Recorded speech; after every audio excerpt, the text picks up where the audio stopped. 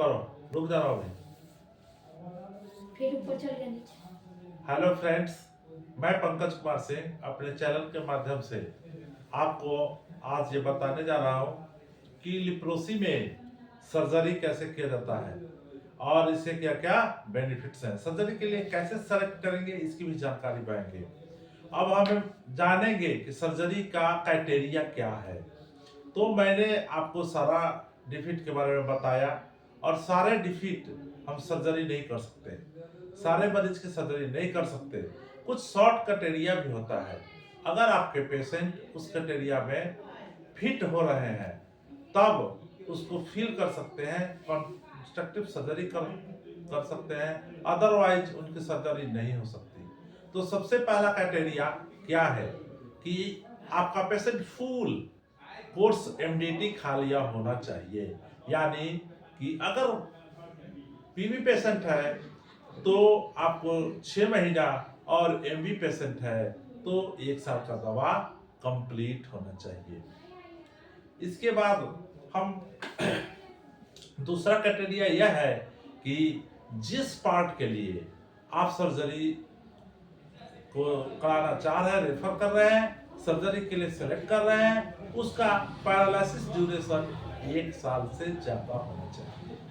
तीसरा क्राइटेरिया क्या है कि आपके पेशेंट को पास्ट 6 महीने में कोई रिएक्शन या न्यूराइटिस नहीं हुआ होना चाहिए।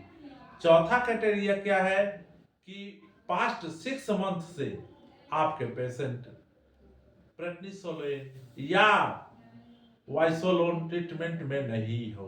पांचवा क्राइटेरिया क्या है कि आपके मरीज का एज 12 साल से ज्यादा हो और 40 साल से कम होना चाहिए।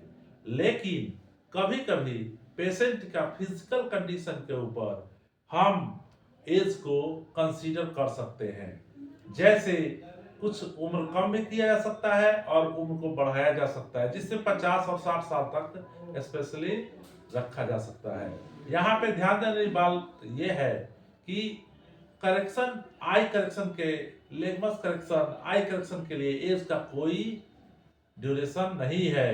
अगर पेशेंट कितना भी ओल्ड एज हो, हम सारी सर्जरी के लिए उन्हें रेफर कर सकते हैं, उन्हें सेलेक्ट कर सकते हैं।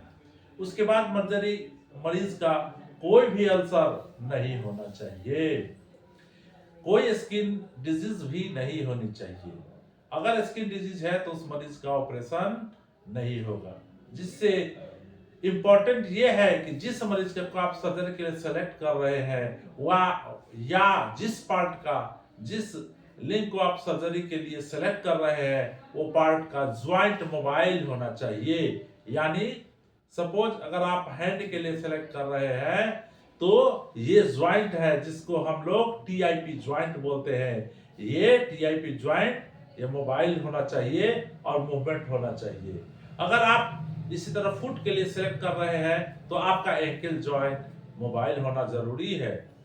अहम इसमें स्टिफनेस नहीं होना चाहिए। अगर आप थंब के लिए सिलेक्ट कर रहे हैं तो CIMC joint, MCP joint, high joint के मोबाइल होना चाहिए। तो ये और एक और चीज ये भी है कि आपके पेशेंट को कोई क्रॉनिक डिजीज नहीं होना चाहिए, तब आप उस मरीज को सिलेक्ट कर सकते हैं।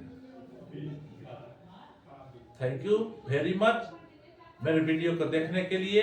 मैं आशा करता हूं कि आप मेरे जो ये प्रयास किया हूं कुछ इसके शेयर करने के लिए आपको पसंद आया होगा। अगर पसंद आया है तो आप लाइक करिए, शेयर करिए और मेरे चैनल जन सेवक पीके को सब्सक्राइब करिए। Thank you.